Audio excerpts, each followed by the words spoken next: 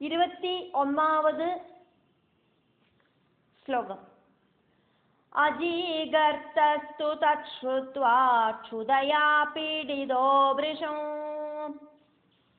പുത്രം ച കഥമം തേഭ്യോ വിക്രേതും വൈമനോദതേ. பசினால தளர்ந்த அஜீகர்த்தன் அது கேட்டோன்னே அதில் ஆரை கொடுக்கலாம் அப்படின்னு, ஆரை விற்கலாம் அப்படின்னு யோசனை பண்ணினார். பசி கொடுமையினால சொந்த புத்திரனை விற்கலாம் அப்படின்னு சிந்தனை பண்ணினார். 22வது ஸ்லோகம். காரியாதிகாரிணம் ஜேஷ்டம் மத்வா நாசாவதாதமும் கனிஷ்டம் நாப்யதான் மாதா மமேஷ இதி வாதினே. காரியாதிகாரிணம் ஜேஷ்டம் மத்வா ந அசௌ அதாது அமும் கனிஷ்டம் ந அபி அதாது மாதா மம ஏஷஹ இதி வாதினி. கர்ம அதிகாரி மூத்த புத்திரனானதால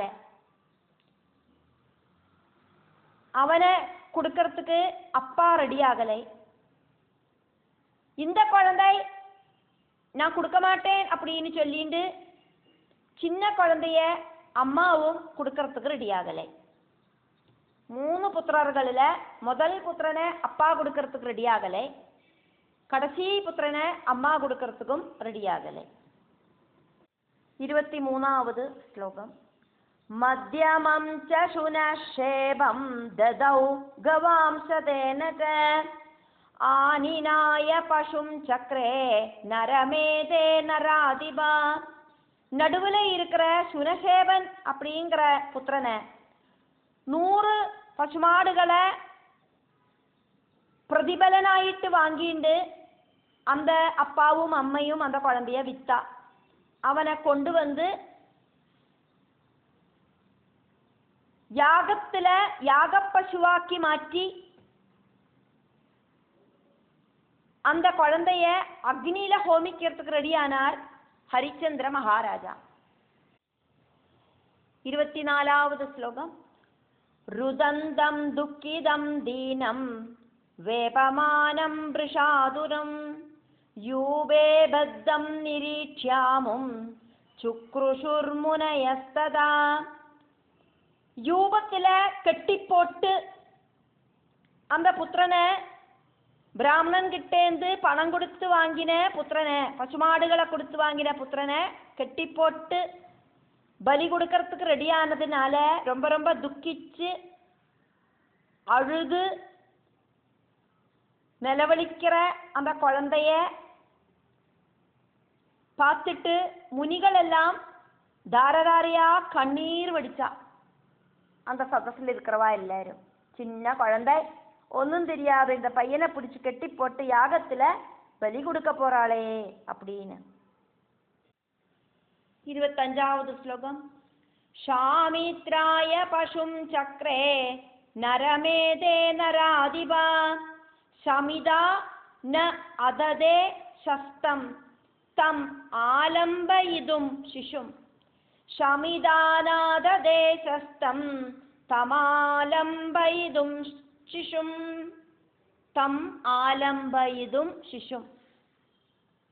யஜ்ஞ பசுவை கொல்லறதுக்காயிட்டு ராஜா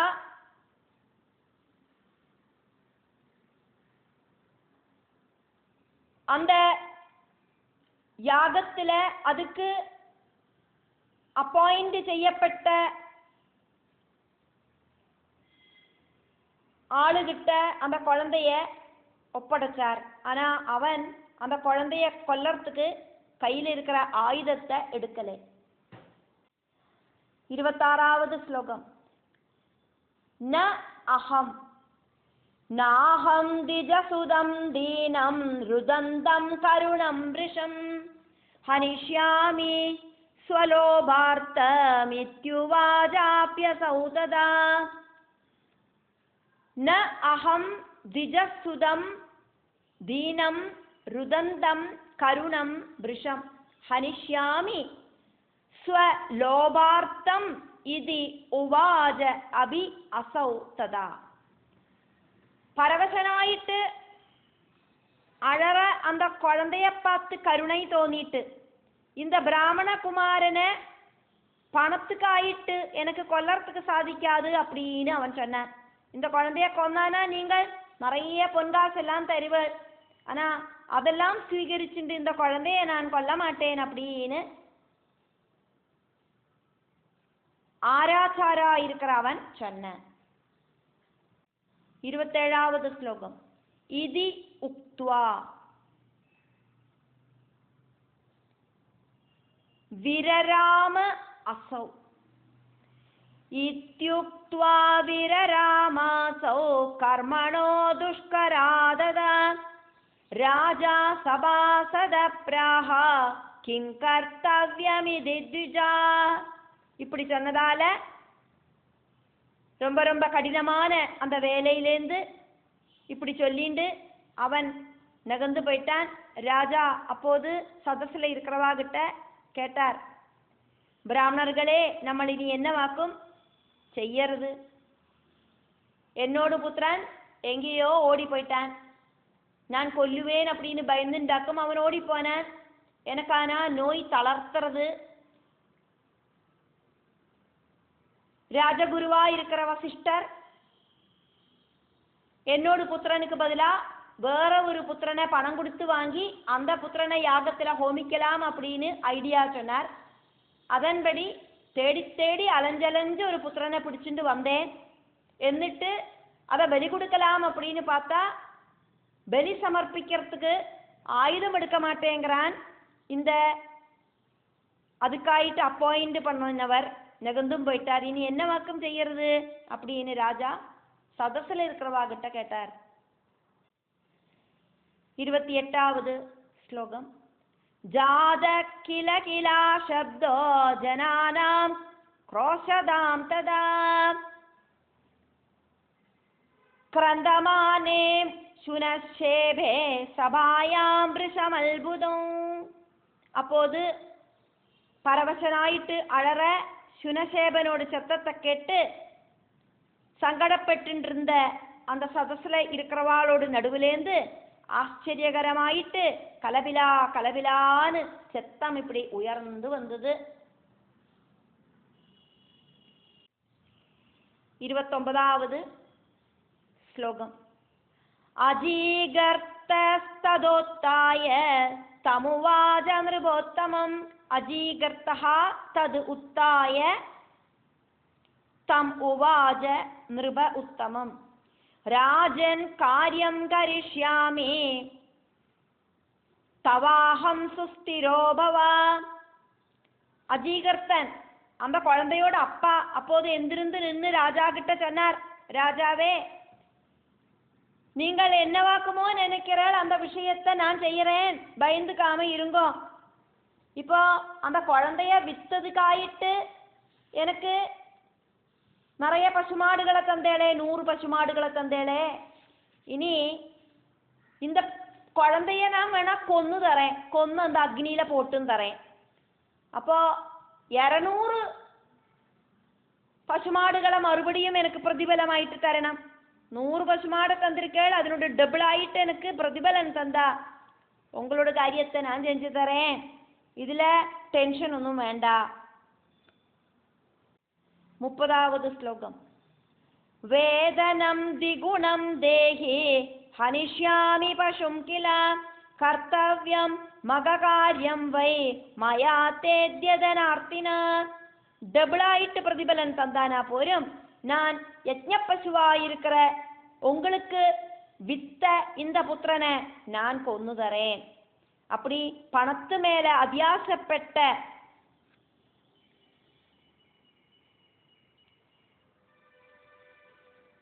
அந்த குழந்தையோட அப்பா ராஜா கிட்ட இப்படி சொன்னார், ராஜாவே, பணத்துக்கு எனக்கு ரொம்ப அவசியமாக்கும் இருக்கு, பணமே இல்லாம இருக்கேன், ரொம்ப ரொம்ப தாரித்யம் அனுபவிக்கிறேன், பணமாக்கும் இப்ப எனக்கு முக்கியம், அதனால உங்களோட யாகத்தை நான் நடத்தி தரேன். 31வது ஸ்லோகம். துக்கிதஸ்ய தனார்த்தஸ்ய சதாசூயா பிரசூயதே. பணத்துக்காக துக்கிக்கிறவனுக்கு எப்பவும் பலவிதமான அதியாசை சிந்தகள் உண்டாகும். வியாச பகவான் இங்க சொல்றார் ஜனமேஜயன் கிட்ட. அதனால வியாச உவாச்ச தச்ருத்வா வதனம் தஸ்ய ஹரிச்சந்திரோ முதான்விதா. அந்த பிராமணனோட வாக்க கேட்டு ஹரிச்சந்திர மகாராஜா குஷி ஆயிட்டார். 32வது ஸ்லோகம்.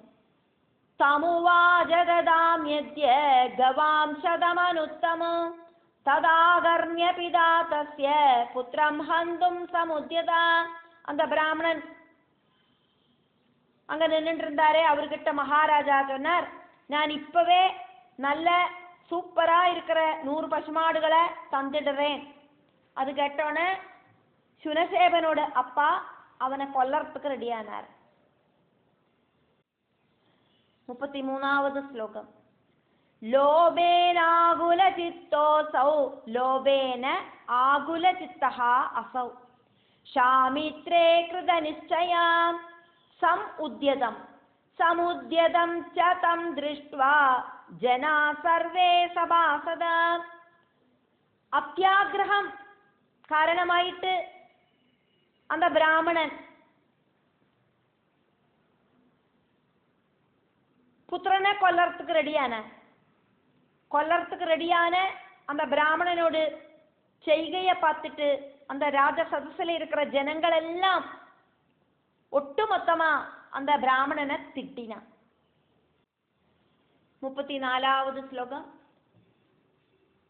சுக்ருஷுர்பிருஷ்ய துக்கார்த்தா ஹாஹேதி ஜகதுர்வஜா பிஷாஜோயம் மகாபாபி க்ரூர கர்மாதி ஜாகிருதி. சுக்ருஷுஹு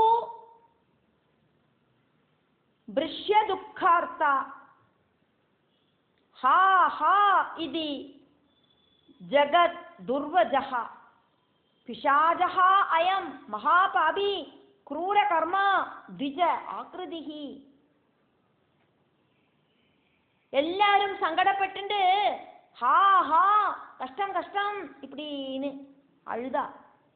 இவன் பிசாஜாக்கும் மகாபாபியாக்கும் பிராமணனோடு வேஷத்தை போட்டுருக்கிற சண்டாளனாக்கும் இப்படின்னு எல்லாம் அந்த பிராமணனை எல்லாருமா திட்டினான். 35வது ஸ்லோகம். யத் ஸ்வயம் ஸ்வசுதம் ஹந்தோ முத்யத குலபாம்சன திக்சண்டால கிமேதத்தே பாபகர்ம சிகீர்ஷிதோ. யது ஸ்வயம் ஸ்வசுதம் ஹந்தும் உத்யதஹ குலபாம்சனஹ திக் சண்டால கிம் ஏதது தே பாபகர்ம சிகீர்ஷிதம். குலத்தை கெடுத்தவனே, நீ உன்னோட சொந்தம் புத்திரனை கொல்லறதுக்கு ரெடி ஆயிட்டியே சண்டாளா, கஷ்டம். நீ எப்படி இப்படி ஒரு பாபகர்மத்தை செய்யறதுக்கு முயற்சி பண்றாய் அப்படின்னு எல்லாம் அவ திட்டினா. 36வது ஸ்லோகம். ஹத்வா சுதம் தனம் பிராப்ய கிம் சுகம் தே பவிஷ்யதி ஆத்மா வை ஜாயதே புத்ரா அங்காத் வை வேத பாஷிதோ. புத்திரனை கொன்னும் தனம் சம்பாதிச்சுட்டு உனக்கு என்ன சுகம் கிடைக்கும்? சொந்தம் புத்திரனை கொன்னிட்டு பணம் கிடைச்சா அதுல என்ன சுகமாக்கம் உள்ளது? நீதான் உன்னோடு சரீரத்திலேருந்து புத்திரனாயிட்டு ஜனிச்சிருக்காய் அப்படிங்கிற போதம் உனக்கு இல்லையே. வேத சாஸ்திரங்கள் எல்லாம் அப்படியாக்குமே சொல்றது. புத்திரன் அப்படிங்கிறது அப்பாவோட சரீரத்திலேருந்து அப்பாவையே தான் அது புத்திரனாயிட்டு ஜனிக்கிறது நல்லவோ வேத சாஸ்திரங்கள் சொல்றது. இப்படி ஒன்ன நீயே கொன்னுக்கிறையே, கஷ்டம். 37வது ஸ்லோகம். தத்கதம் பாப புத்தே த்வாம் ஆத்மானம் ஹந்துமிச்சசி ஏவம் கோலாஹலே தத்ர ஜாதே குஷிகனந்தன. பாபம் செய்யறவனே, இப்படி நீ உன்னையே கொன்னுக்கிறையே, தற்கொலை பண்ணிக்கல்லவா நீ செய்யறாய். இப்போ இங்க இப்படி பலவிதமான பிரச்சனைகள் நடக்கிறத விஸ்வாமித்திரன் என்ன பண்ணினார் அப்படின்னு வியாச பகவான் ஜனமேஜயனுக்கு வர்ணிக்கிறார். 38வது ஸ்லோகம். சமீபம் நிருபதேர் கத்வா தமுவாஜ தயாபரா. ராஜாவோடு பக்கத்துல போய் காருண்யத்தோடு கூட்டிட்டு ராஜா கிட்ட இப்படி சொன்னார் விஸ்வாமித்திர மகர்ஷி. விஸ்வாமித்திரர் சொல்ற மாதிரியே இங்க சொல்லப்படுறது. அதனால விஸ்வாமித்ர உவாச்ச ராஜன்னமும் சுனஷேபம் ருதந்தம் ரிஷ துக்கிதோ. ராஜாவே ரொம்ப ரொம்ப சங்கடப்பட்டு கத்தி அழற இந்த சுனஷேபனை விடுதல் பண்ணுங்கோ, அவனை கொல்லாதங்கோம் அப்படின்னு நல்ல புத்தி சொன்னார் விஸ்வாமித்திரன். 39வது ஸ்லோகம். கிரதுஸ்தே பவிதா பூர்ணோ ரோகநாசஸ்ச சர்வதா தயா சமம் நாஸ்தி புண்ணியம் பாபம் ஹிம்சா சமம் நகி. கிரதுஹு தே பவிதா பூர்ணஹா ரோகநாசஹா ச சர்வதா தயா சமம் ந அஸ்தி புண்ணியம் பாபம் ஹிம்சா சமம் நகி. உங்களோட யஜ்ஞம் பூர்ணமாயிடுத்து, இனி எப்படியாவது இந்த நோய் குணமாயிக்கும். கருணை அப்படிங்கிறதுக்கு ஈக்குவலான ஒரு புண்ணியம் அப்படிங்கிறது இல்லை. இந்த குழந்தையிட்ட கருணை காட்டுங்கோ, இந்த கருணையோடு கூட்டிட்டு இந்த குழந்தைய கொல்லாம விட்டுடுங்கோ. இந்த குழந்தைய கொன்னானா அது பாபமாக்கும். ஹிம்சைக்கு ஈக்குவலாயிட்டு ஒரு பாபமும் இல்லை. அதனால இந்த குழந்தைய விட்டுடுங்கோ, உங்களோட நோய் எல்லாம் குணமாயிடும், யஜ்ஞம் பூர்த்தியாயாச்சு அப்படின்னு நினைச்சுக்குங்கோ அப்படின்னு விஸ்வாமித்திரர் சொன்னார். 40வது ஸ்லோகம். ராகிணாம் ரோஜனார்த்தாய நோதனேயம் விசாரயா.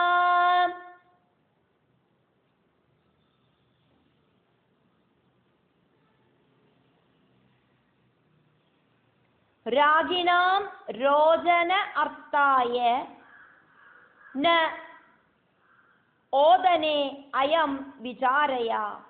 ஆத்மதேஹஸ்ய ரட்சார்த்தம் பரதேஹ நிகிருந்தனம். அது வேணும் இது வேணும் அப்படின்னு ஆசைப்படுறவாளை திருப்திப்படுத்துறதுக்கு மட்டும்தான் இந்த மாதிரி விதி வாக்கியங்கள் எல்லாம் அப்படின்னு புரிஞ்சுக்குங்க. அவசியம் அந்த விதிகள் எல்லாம் செய்யத்தான் வேணும் அப்படிங்கிற